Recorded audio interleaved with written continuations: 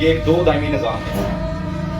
مجھے معلوم ہے کہ آپ کو اس چیز کی سمجھ بھی نہیں اور آپ کو اس میں دلچسپی بھی نہیں، جبکہ حقیقت یہی ہے کہ اس وقت دنیا میں بظاہر جو کچھ بھی چل رہا ہے اس کے پیچھے دو دائمی نظام ہیں۔ ایک نظام کو حابیل کے حامی، جبکہ دوسرے نظام کو قبیلی گروہ کہتے ہیں۔ ایک نظام کو فرعونی نظام ہے، جبکہ دوسرے کو موسیٰ کے عصا کا سہارا ہے۔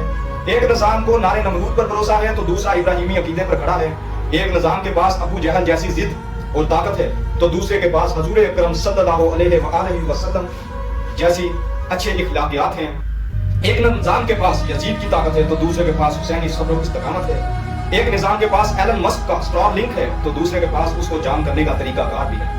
حقیقت میں یہ نام ہیں جو ادوار میں بدلتے ہیں، سو آپ کو جو نام بھی اچھا لگے وہ رکھ لیں، مگر پیچھے کی تاریخ ایک جیسی ہی ہوگی۔ کسی دور میں بھی چلے جائیں، طاقت کی برمار کے سامنے والے مد مقابل کے پاس بطور ہتھیار دعا ہی ہے۔ اس وقت بھی ایک طرف پلاننگ ہے تو دوسری طرف دعا ہے۔ آپ ہزار کہیں کہ دعا کچھ نہیں کر سکتی، مگر مشکلات سے صرف دعا ہی نکالتی ہے۔ آپ ہزار کہیں جیت قاتل گیا، مگر جیت ہمیشہ مخلوق کی رہی ہے۔ مگر حقیقت میں یہ جنگ دو نظریات کی جنگ ہے، طاغوت کے مقابلے میں ایمان کی جنگ ہے، اور اس میں آپ اور میں دونوں طرف کے لوگ صرف جہالت کے اکابرین اپنی لا علمی کے علم کا شعلہ بھڑکا کر اپنے اندر کی حقیقت کو اگل رہے ہیں۔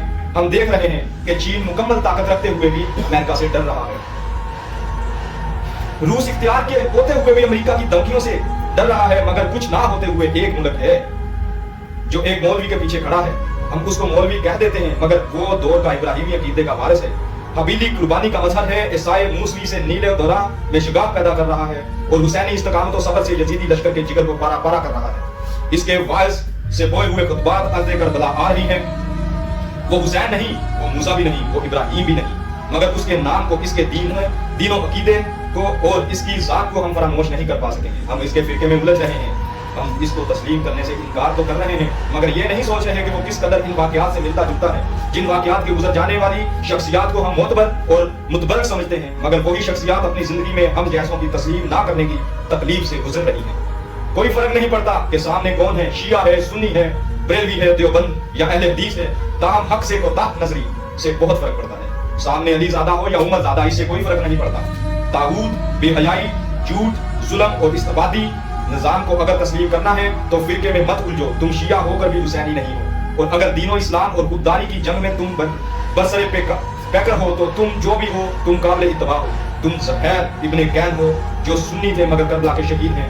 اس وقت یہ دیکھنا بہت اہم ہے کہ اس ایک گنہگار حسینی جس کو لوگ رہبر سمجھ کر اتباع کر رہے ہیں، اس کی شخصیت کو سمجھو۔ یہ دعویٰ حسین نہیں کر رہا، یہ حسینی اقتدار پر خود اور قوم کو چلا رہا ہے۔ اس سے حسینی اقتدار پر چلنا اور ڈٹنا سیکھو، اور اپنے علماء اور اپنی ذات اور اپنے حکمرانوں پر نظر ڈالو۔ یہ وقت ایران پر تنقید یا تنقید کا نہیں، یہ وقت نفس کی اصلاح کا ہے۔ ایران جیت گیا یا امریکہ ہار گیا، اس کا فائدہ نہیں۔ تم اس جنگ میں کس طرف ہو اور تم اس وقت حسین کو کس طرف دیکھ رہے ہو، اور یزید کے کردار کی بدبو کہاں سے محسوس کر رہے ہو۔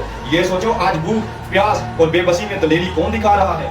آج کس طرف صبر اور استقامت ہے، اور کس طرف بے چینی اور سب کچھ ہونے کے بعد بھی نامرادی؟ دیکھو، تمہیں اس دور کا حق اور اس دور کا باطل واضح نظر آئے گا۔ تم نے اپنے دور کے حق کے ساتھ نجات پانی ہے، کربلا کربلا کربلا کرنے سے تم کربلائی نہیں بنو گے۔ دیکھو آج بھی بیعت یا سر کا تقاضا ہو رہا ہے، دیکھو کہ آج بھی سر دینے پر اسرار کس کا ہے، دیکھو کہ آج بھی کون ہے جو بیعت کسی بھی حال میں نہیں کر رہا۔ خدارا کل اسی سر کا تماشا دیکھنے مت پہنچ جانا، مگر تم کو اپنے نفس کو حق کی طرف لے جانے کے لیے جس قدر ریاضت درکار ہے وہ میکڈونلڈس کھا کر نہیں کی جا سکتی۔ جو آج میں نے یہ تقریر کی ہے، آپ لوگ میری اس تقریر کا اشارہ تو سمجھ گئے ہوں گے۔ یہ جناب حضرت خامنائی صاحب ہیں جو کہ سپریم لیڈر ہیں ایران کے، ان کی طرف میرا اشارہ تھا۔ وہ صبر و استقامت کے ساتھ یہودی ایجنٹوں کا، یہودی ملک کا اور ڈونلڈ ٹرمپ جو کہ امریکہ کے صدر ہیں ان کا سامنا کر رہا ہے۔ ان کے پاس بھرپور طاقت بھی ہے، لیکن پھر بھی ان کے سامنے انہوں نے گھٹنے نہیں ٹیکے۔ میں اللہ تعالیٰ سے دعا گو ہوں کہ ہمیں بھی ان کی طرح صبر و استقامت اور ثابت قدم رہنے کی توفیق عطا فرمائے، اور اللہ پاک جناب خامنائی صاحب کا بھی حامی و ناصر رہے انشاءاللہ، آمین یا رب العالمین۔